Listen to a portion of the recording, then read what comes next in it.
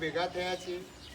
આપણા ગામના માનનીય ડેપ્યુટી સરપંચ સાહેબ, અમારા મુખ્ય દાતા છે એવા અક્ષયભાઈ અને દેવેન્દ્રભાઈ તો હું ભૂલું જ નહીં, કારણ કે એમના વડે જ આ રોનક ફેલાઈ છે. એવા દેવેન્દ્રભાઈને પણ શબ્દોથી જ સ્વાગત કરીશ. સાથે આપણા રાકેશભાઈના બાબા છે એ અને તમે તમામ આપણા વિસ્તારના વાલીઓ, બાળકો, નાના ભૂલકાઓ દરેકને આ સ્વાતંત્ર્ય દિન નિમિત્તે દરેકને શુભેચ્છા પાઠવું છું.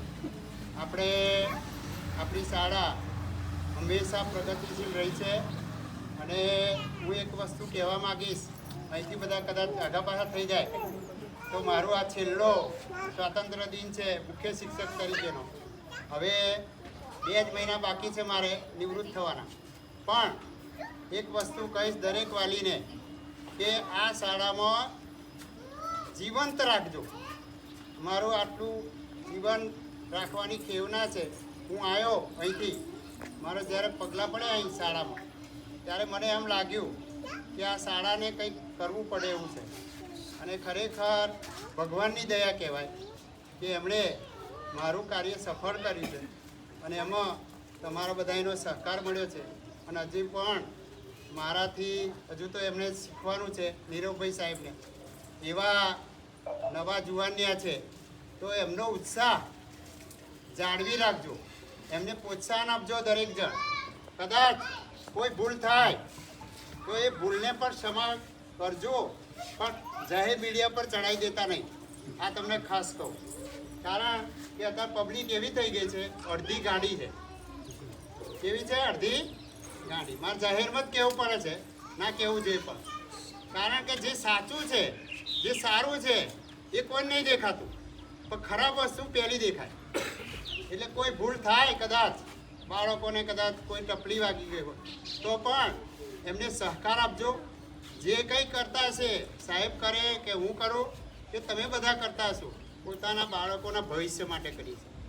આપણો દેશ આઝાદ થયો એની પાછળ ખાલી ગાંધી બાપુ કે જવાહરલાલ નહેરુ કે ડૉક્ટર બાબા સાહેબ આંબેડકર એકલા જ જવાબદાર નહીં.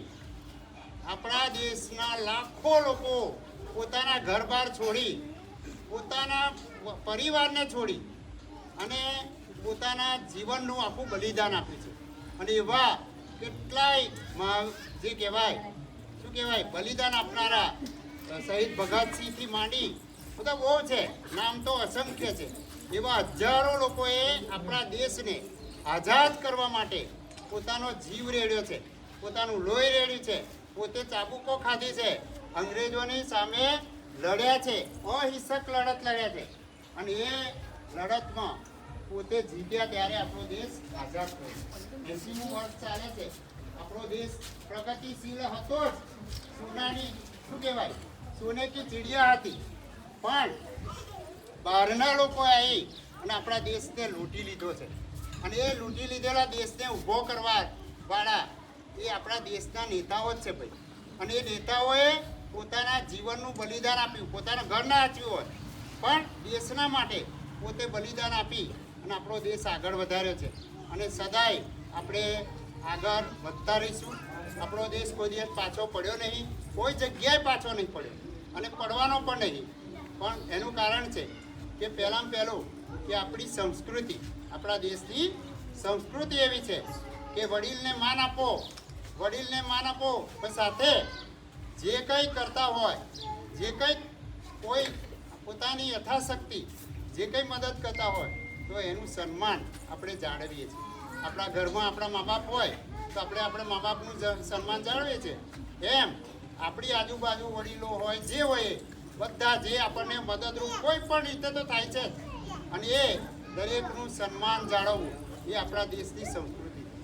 તો તમને બધાને હું મારા શાળા પરિવાર વતી શુભેચ્છા પાઠવું છું. જય હિન્દ, જય ભારત.